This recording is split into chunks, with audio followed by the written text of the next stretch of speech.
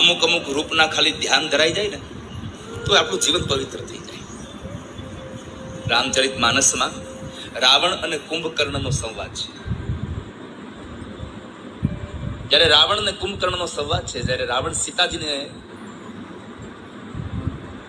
લેવાની વાત કરે, કુંભકર્ણ સૂતો છે. રાવણે કહ્યું, ભાઈ જલ્દી ઉઠો, જલ્દી ઉઠો તમે. કુંભકર્ણ કહે છે, પણ શું થયું? અરે હું રામની પત્નીને હરીને લાવ્યો છું અહીંયા, સીતાજીને લાવ્યો છું અહીંયા. સીતાજીને હું હરણ કરીને લાવ્યો છું. એટલે કુંભકર્ણએ પૂછ્યું કે એને ભોગવી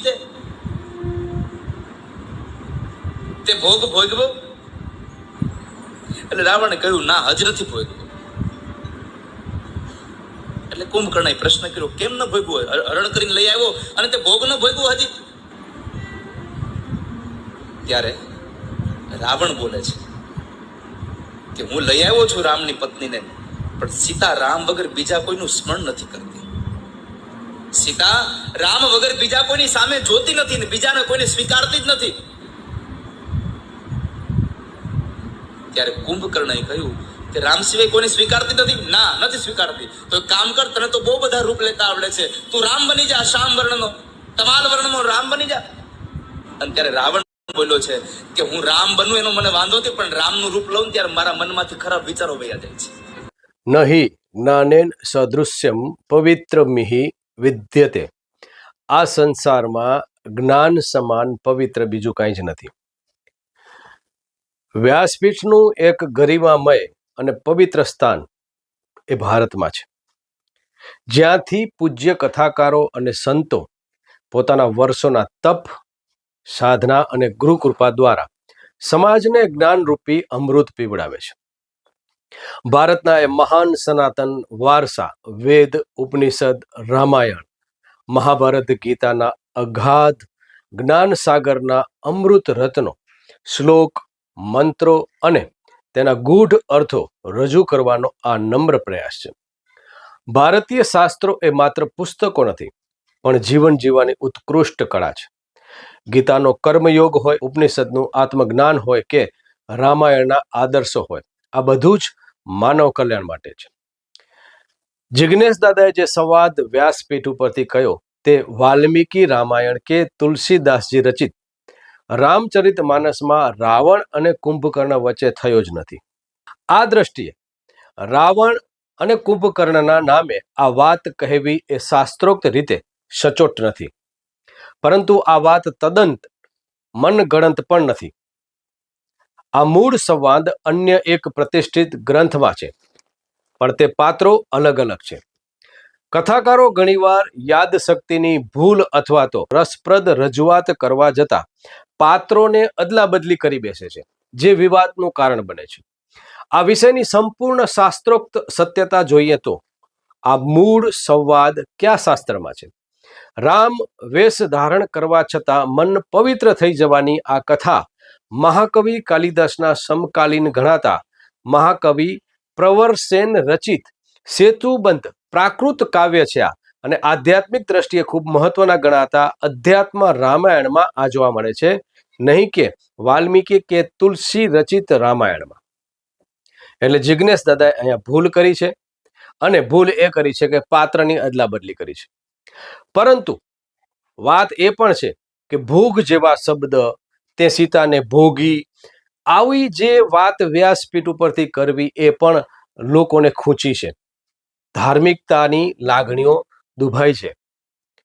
અને આ સંવાદમાં કુંભકર્ણ બોલ્યા જ નથી. કુંભકર્ણ જેવા સમજદાર રામાયણમાં બહુ ઓછા પાત્રો છે, એમાં એક જે છે પાત્ર એટલે કુંભકર્ણ. કુંભકર્ણ તો રાવણને ટકોર કરી હતી. એટલે જિજ્ઞેશ દાદાએ આ વાક્યમાં એનો અર્થ જે છે એ સચોટ છે કે રામનો વેશ લઉં છું એટલે મારા મનમાંથી વિકાર નીકળી જાય છે, એ વાત મહત્વની છે. બાકી બધી જગ્યાએ જિજ્ઞેશ દાદા ચૂકી ગયા છે.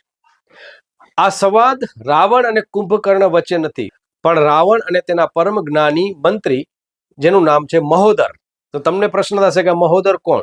તો મહોદર એ એમના પત્ની મંદોદરી, જે એમના મંત્રી હતા, પરમ જ્ઞાની હતા અને એને સાચું કહેનારા હતા. અને આ વાત જે છે એ મંદોદરીએ ટકોરમાં કરી છે રાવણને. વાત થઈ છે, પણ કઈ રીતે થઈ છે એ જણાવો. શાસ્ત્રમાં ઉલ્લેખાયેલો અસલી પ્રસંગ શું છે? તો શાસ્ત્રોક્ત કથા અનુસાર જ્યારે રાવણ સીતાજીને વશ ન કરી શક્યો ત્યારે એના મંત્રી મહોદરે એટલે કે મંદોદરીએ રાવણને પૂછ્યું, રાજન, આપ તો મહામાયાવી છો, આપ ધારો તે રૂપ લઈ શકો છો, તો આપ શ્રી રામનું રૂપ ધારણ કરીને સીતા પાસે કેમ નથી જતા? એમણે શું કીધું છે? સીતા પાસે કેમ નથી જતા? પણ જિજ્ઞેશ દાદાએ જે વાત કરી છે એ ભોગની, તમે શું સીતાને નથી ભોગી? આવું કુંભકર્ણના મુખે જિજ્ઞેશ દાદાએ કહ્યું છે, જે ખરેખર તદ્દન ખોટું છે. અને કહેવાનો જે ભાવ છે, કહેવાની જે રજૂઆત છે એ પણ જે છે એ વ્યાસપીઠ ઉપરથી શોભે એવી નથી. મંદોદરી એટલું પૂછે છે કે આપ તો શ્રી રામનું રૂપ ધારણ કરીને સીતા પાસે કેમ નથી જતા? શ્રી રામ સમજીને સીતા આપોઆપ આપને સ્વીકારી લેશે. આ ટકોર મંદોદરીએ એક ગૂઢાર્થમાં કહી હતી, અને એ પણ શ્રી રામચરિત માનસ કે તુલસી રચિત રામાયણમાં નથી, પણ આ મેં અગાઉ કહ્યું છે કે એક આ કાવ્ય છે એની વાત છે. એટલે એને શાસ્ત્રની રીતે વ્યાસપીઠ ઉપરથી રજૂ ન કરવી જોઈએ, પણ એક કાવ્યમાં ઉલ્લેખ છે એનો ઉલ્લેખ કરી અને આ સંવાદની ચોક્કસ તટસ્થતા ચકાસીને પછી જિજ્ઞેશ દાદાને બોલવું જોઈએ. રાવણ જે જવાબ આપ્યો તે તેની વિદ્વતા અને રામ તત્વના મહિમાને દર્શાવે છે. એટલે અહીંયા તમે જોયું ને કે દરેક પાત્ર જે છે એ કોઈ નિમ્ન નથી. રાવણ શિવ ભક્ત છે, કુંભકર્ણે રાવણને ટકોર કરી છે અને મંદોદરીએ રાવણની પરીક્ષા લીધી છે. અહીંયા પાત્ર બધા શ્રેષ્ઠ છે, પણ આ પાત્રના માધ્યમથી પોતાની અજ્ઞાનતા, પોતાની વિકૃતિ છતી કરવી એ આજનો જાણે ટ્રેન્ડ બની ગયો છે. ત્યારે રાવણે કહ્યું, મહોદર, મેં એવો પ્રયત્ન પણ કરી જોયો છે, પરંતુ જ્યારે હું મનથી પણ શ્રી રામનું સ્વરૂપ ધારણ કરું છું ત્યારે રામ તત્વ મારા ભીતરમાં પ્રગટી જાય છે અને રામનું રૂપ લેતા જ મારા મનમાંથી કામ, ક્રોધ, મોહ અને પરસ્ત્રી પ્રત્યેનો ખરાબ ભાવ નાશ પામે છે. મારી બુદ્ધિ પવિત્ર થઈ જાય છે અને જગતની બધી સ્ત્રીઓ મને માતા સમાન દેખાવા લાગે છે. તો પછી હું સીતા પ્રત્યે કુદ્રષ્ટિ કેવી રીતે કરી શકું? વાલ્મીકી રામાયણમાં રાવણ અને કુંભકર્ણનો અસલી સંવાદ શું છે? જે જિજ્ઞેશ દાદાએ અદલા બદલી કરી દીધી છે પાત્રની, વાસ્તવિકતા શું છે? મૂળ વાલ્મીકી રામાયણના યુદ્ધ કાંડમાં જ્યારે કુંભકર્ણને જગાડવામાં આવે છે ત્યારે રાવણ તેને સીતાહરણની વાત કરે છે અને એ સમયે કુંભકર્ણ રાવણને ઠપકો આપતા કહે છે, તમે રામની પત્નીનું હરણ કરીને બહુ મોટું પાપ કર્યું છે, આ અધર્મ છે. ત્યાં કુંભકર્ણ રાવણને પૂછે છે કે તમે સીતાને વશ કેમ ન કરી શક્યા? ત્યારે રાવણ રામનું રૂપ લેવાની વાત નથી કરતો, પણ બ્રહ્માજીના શ્રાપની વાત કરે છે. રાવણ કહે છે કે ભૂતકાળમાં જ્યારે મેં પુંજિક સ્થલા એટલે કે અપ્સરા સાથે બળજબરી કરી હતી ત્યારે પિતામહ બ્રહ્માજીએ મને શ્રાપ આપ્યો હતો કે જો હવે હું પછી કોઈ પણ સ્ત્રીની ઈચ્છા વિરુદ્ધ તેની સાથે બળજબરી પૂર્વક ભોગ કરીશ તો મારા મસ્તકના 100 ટુકડા થઈ જશે. બ્રહ્માજીના આ શ્રાપના ડરથી હું સીતાજીની મરજી વિના તેને અડી પણ શકતો નથી.